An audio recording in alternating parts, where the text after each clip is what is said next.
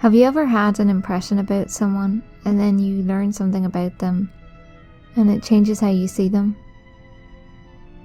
This is a film about American society, and depending on what your impressions of it are, what you're about to learn might change your mind or might confirm everything that you believed all along.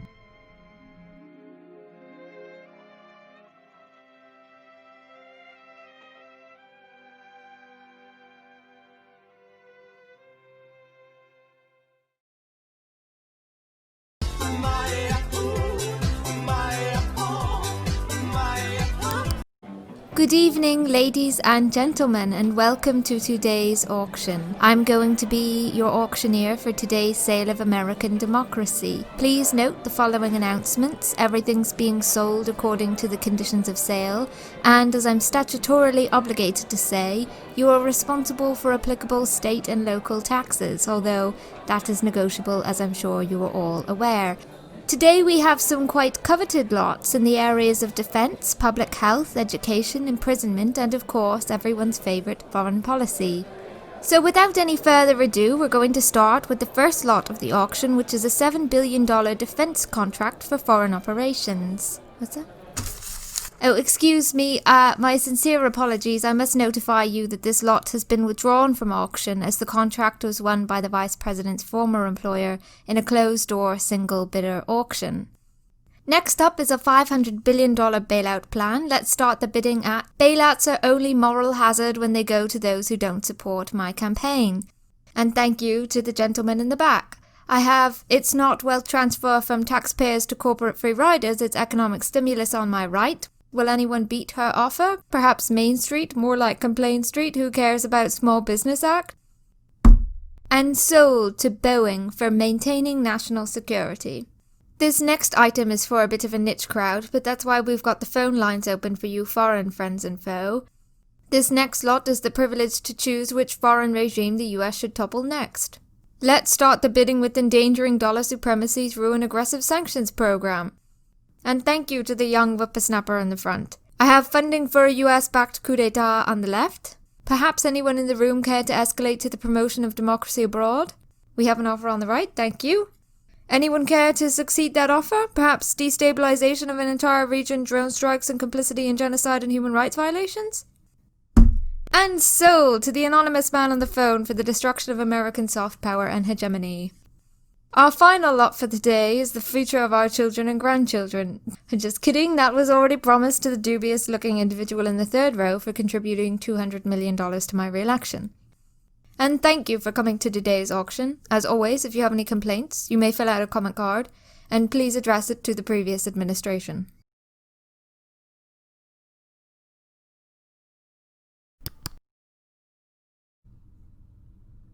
Alright, so in today's video we're going to be talking about the business cycle. Now the business cycle is supposed to represent fluctuations in economic activity over time. Studying business cycles is really helpful for a few reasons. The first of which is that it helps business owners make decisions as to whether they can blame the underperformance of their business on economic conditions rather than their own incompetence. The second of which is that for individuals, knowing which part of the business cycle you're in is important in understanding whether or not LinkedIn Premium is a good investment, and it's also helpful for sounding clever at parties with your parents. So before I get too much into that, let's talk about the graph that you're looking at. You can see here on the left, on the y-axis, that you have real GDP or gross domestic product, which represents the value of all goods and services produced in an economy over time. On the x-axis, we have time. This is progressing forward unless, of course, you exist in the fourth dimension, in which case, hello, I don't know why you don't have anything better to do than watch this video. And then, of course, we have this trend line, which is supposed to represent the kind of natural trend upward of the economy as postmodern culture spirals into an abyss of hedonistic consumerism.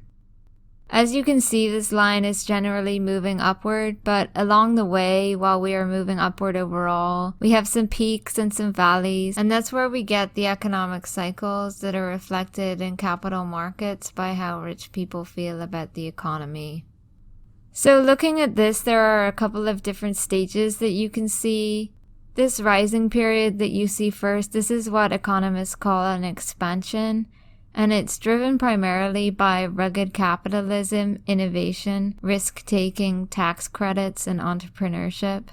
So eventually we get to this top period here. This is what economists call the peak, and that's usually where one event triggers all rich people to collectively freak out about the fact that asset prices have for too long been inflated by greed and profiteering. The peak is followed by what economists call a contraction and normal people call a recession. This is primarily driven by the socialization of risks associated with the activities that first drove the expansion, and is often met with calls for cronyist bailouts and quantitative easing handouts from the same champions of the free market that bemoaned government intervention and red tape regulation on the way up.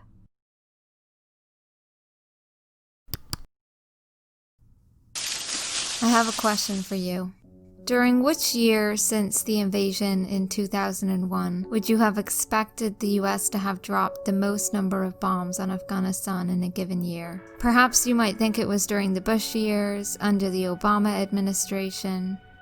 Well, what if I told you that last year the US dropped an annual record of 7,423 bombs on Afghanistan, which killed more than 70 children, at a time when public support for the war in Afghanistan was at an all-time low. According to a poll conducted 7 years ago, almost 70% of Americans supported US withdrawal from Afghanistan. And according to another poll conducted only a few months ago by a conservative activist group, nearly 3/4 of veterans and almost 70% of troops' family members support a full withdrawal of US troops from Afghanistan. So why is that war still going on? What if I told you the reason the war is still going on is the same reason why America has terrible public schooling, mass incarceration, prescription drug abuse epidemics, and a whole host of issues that don't affect other developed countries in the same way? There's no earthly way of knowing He's singing. which direction we are going. The US is still in Afghanistan because an entire industry relies on the US meddling in foreign affairs. And because the politicians rely on this industry to help fund their campaigns and further their careers, they are more than happy to maintain the status quo. The issue is really with the interference of special interests in American politics. Giving preferential treatment to these special interests comes with consequences. These issues are on full display with the recent debate on police brutality. For too long, politicians have ignored the root cause of social issues and actively made them worse by pandering to lobbies, unions, and large corporations. They pawned off resulting issues like homelessness and drug abuse onto the police to sort out, rather than standing up to the lobbies and pushing for much-needed educational reform. So how did we get here? The answer is relatively simple and the solution a bit more complex. There is too much money in politics. I know what you're thinking. Yeah, so what? And the Pope's Catholic. Next you're going to start lecturing me about how you just woke up to systemic oppression like you and all the other aegis on my Instagram feed. To dig deeper into how we really got here, we do have to go back in time a little bit. And I'm only doing that to make it clear this is not how things always were, and it's not how they always have to be. So a long time ago, before Pizzagate and Gamergate and Gategate, there was this little scandal that you might have heard of called Watergate. Well, basically what happened was that the President of the United States at the time, Richard Nixon, tried to cover up the fact that those involved with his re-election campaign had attempted to break into the campaign headquarters of his political opponent in the Watergate Hotel in DC, which is where the scandal gets its name from. The investigation eventually led to Nixon's resignation, but it also uncovered a trail of money that exposed millions in then illegal secret contributions from major American companies. And I say then illegal because it's no longer illegal for companies to donate to political campaigns, but that's an issue I'll come back to in a bit. So after Watergate, Congress established the Federal Election Commission and made laws to limit how much money people could donate to political campaigns. The new laws were designed to put limits on how much money people could donate directly to candidates, which they called hard money, and also on the amount of money that they could donate to political parties and committees like the DNC and RNC, which they called soft money. From the late 1970s until the mid-1990s, the new Federal Election Commission gradually loosened restrictions on the soft money that corporations, unions, and individuals could contribute to political parties for activities intended to influence elections. And as you would expect, the amount of soft money contributed to the two major parties, the Democratic Party and the Republican Party, subsequently soared. This was until the early 2000s when Republican Senator John McCain and Democratic Senator Russ Feingold had had enough and through a long and tiresome process finally managed to shut down the use of soft money through the Bipartisan Campaign Reform Act of 2002. This act also happened to include the Stand By Your Ad provision, which gave us this gem. I'm Paris Hilton and I approve this message. Alright, so, things are good. We got money out of politics, McCain and Feingold can pat themselves on the back.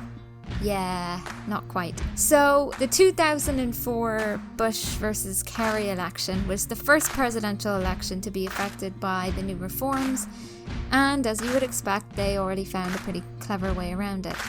Many of the soft money funded activities previously undertaken by political parties were taken over by what they called 527 organizations, which were not regulated by the FEC or under the Bipartisan Campaign Reform Act. But we did get a lot of hope in 2008 when the Obama campaign pioneered a new grassroots movement to source financing by mobilizing activists, donations, and voters through the internet. Using the internet and these new tactics, Obama set fundraising records in just over a month by gaining support from a record-breaking number of individual small donors. It seemed like the internet age had ushered in a new era of campaign financing that enabled politicians to grow their brand in the marketplace of ideas and fund their campaigns through millions of small individual contributions. Sounds super democratic. But part of the problem was that it was too successful because now it became really expensive to run for president. But we didn't really know that yet, and things were pretty fine until 2010 when the courts waged what I can only describe as lawfare against the democratic process through their decision in Citizens United versus Federal Election Commission when they ruled that corporations and other outside groups could spend unlimited funds on elections. How did they come to that decision? Well, through everyone's second favorite amendment, second only to the Second Amendment, the First Amendment of the United States Constitution. In the court's opinion, corporate spending on elections was basically free speech and was therefore protected by the First Amendment. The Supreme Court held that corporations merit the same protection as individuals and that donations to political campaigns are the same as speech. But there's a fundamental difference between money and speech. Money is the currency of civil society, whereas anyone who's visited a comment section will know that speech is the currency of barbarism. Also, individuals are entirely different to corporations. A corporation is a device through which someone acquires profit for their boss's boss, whereas an individual is one who believes he has the option to just bunk off work one day, but doesn't actually in reality. You're all individuals! Yes, we're all individuals! You're all different! Yes, we are all different!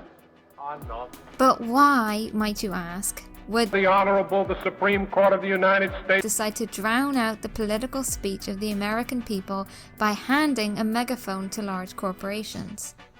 Well, I'll sum it up really quickly. The court basically decided to extend the First Amendment protection on free speech to corporate political campaign contributions because of the age-old fear of the overreaching government. They were afraid that ruling in favor of the government in Citizens United would give the government power to ban political speech, rather than ruling on the issue of the case, which was regulating the money used to make that speech. I mean, forget the fact that the foundation of the country is built on a distrust of both government and corporations. I don't know if you remember this little tea party which was held at the expense of the British East India Company in 1773.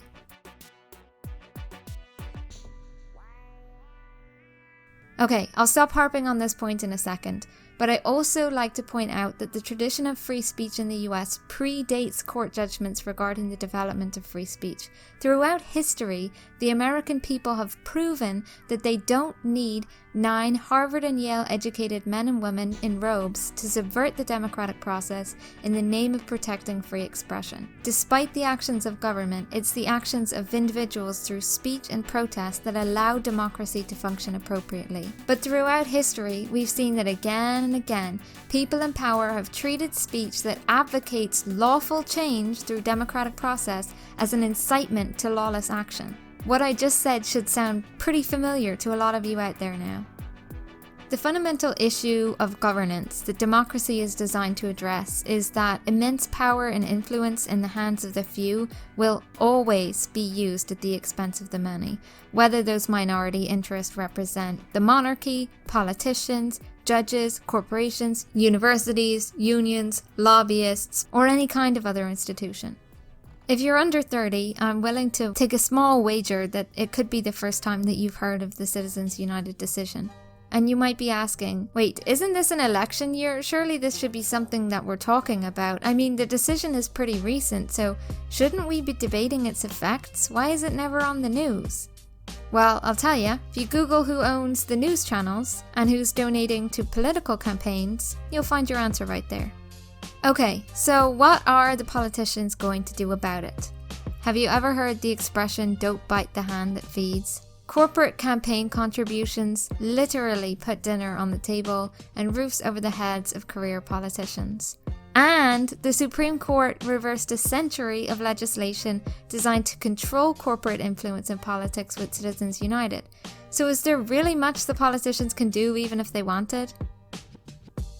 In my opinion, the legacy of the Supreme Court's decision in Citizens United is that it has exacerbated divisions within the country, but it was only the cherry on top of a payoff pie.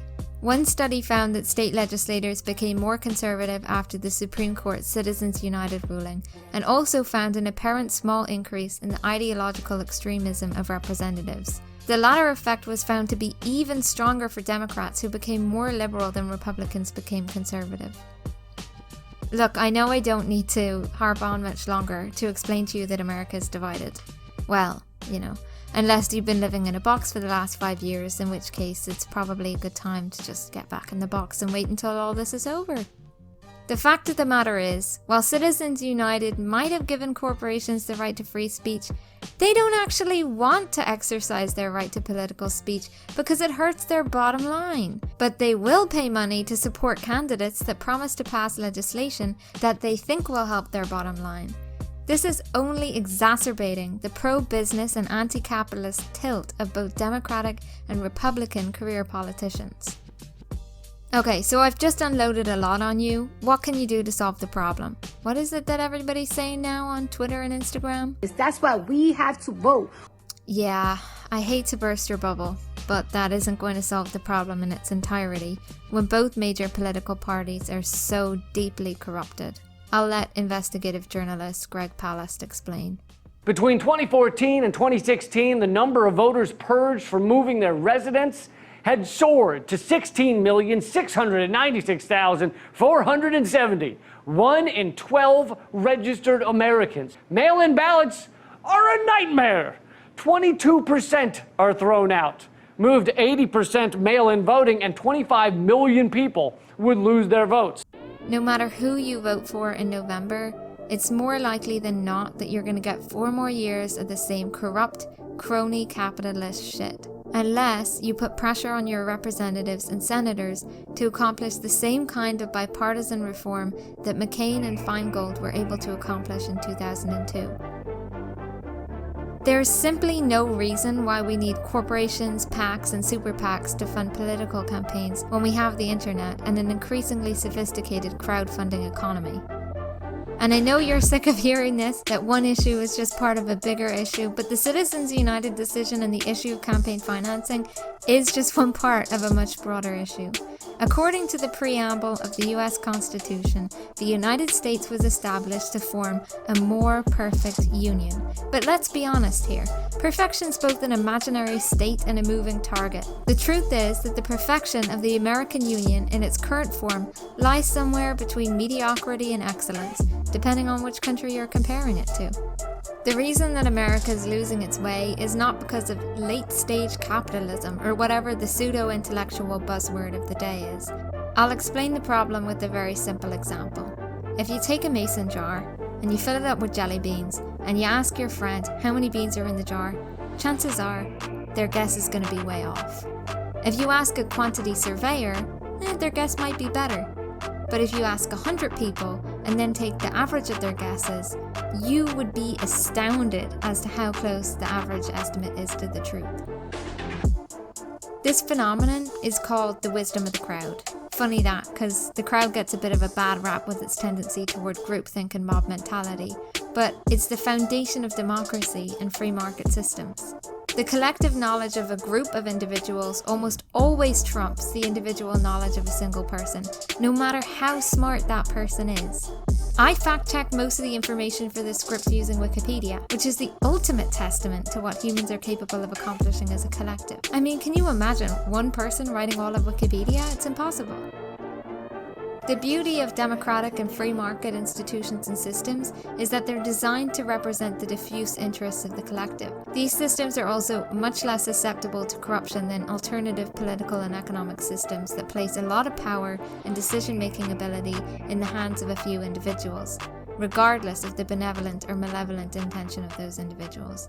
But democracy and capitalism are not immune to corruption, and when it becomes obvious to us that the issue exists, it becomes our responsibility to do something about it. How is it that the CEO of JP Morgan, Jamie Dimon, is basically unaffected by the pandemic, while millions of Americans are unemployed? How can he turn to his investors and say, "Don't worry about JP Morgan, the Fed has our back"? Who has the back of the American people? It's supposed to be Congress, but the CARES Act makes it pretty obvious where their allegiance lies. I will argue that because the issue is systemic, it requires systemic reform to realign the incentives of public servants and politicians in order to force them to represent the people and not special interests. We need systemic reform to rebalance the distribution of power back in the hands of the majority, because that's how it's supposed to be in a democratic free market society. Okay, so where can we start? I think we need to start with some serious electoral reforms to address how people vote, to ensure that everybody who has the right to vote can exercise that right, to address how long the individuals they elect are allowed to hold office, and to regulate where lawmakers get their information from once they're in office. In my opinion, addressing voter disenfranchisement is the first step towards solving this issue. We need to put pressure on the corrupted Democratic and Republican elite to end rampant voter suppression, highlighted by reporters like Greg Palast. We could make radical change to solve the issue of campaign financing by simply making voting mandatory, because corporations would no longer have an incentive to get certain groups out to vote over others.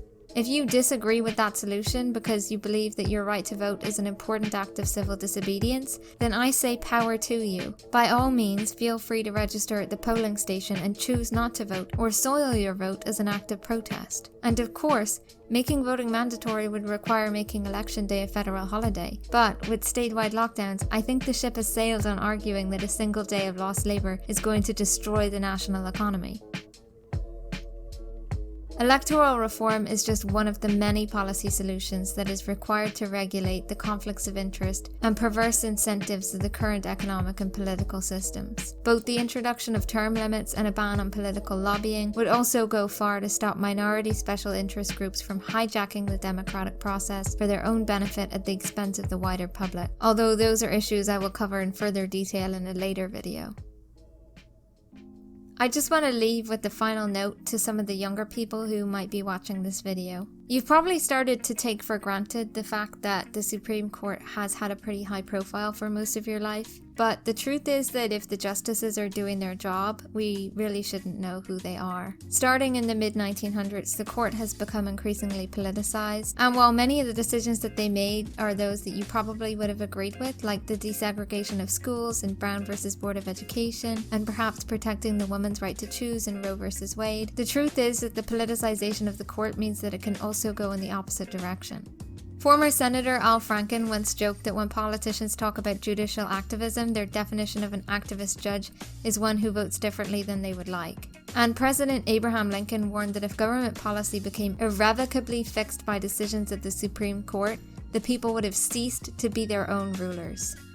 I'll leave you by saying that some matters are best left to legislation and for the people to decide. The people have the power to amend the Constitution, to protect the social contract, and to reflect their changing values as a society.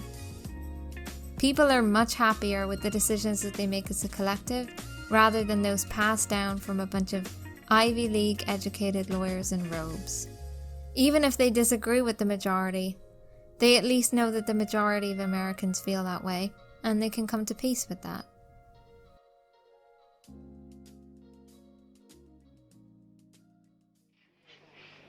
You all got to work it out for yourself. Yes, we've got to work it out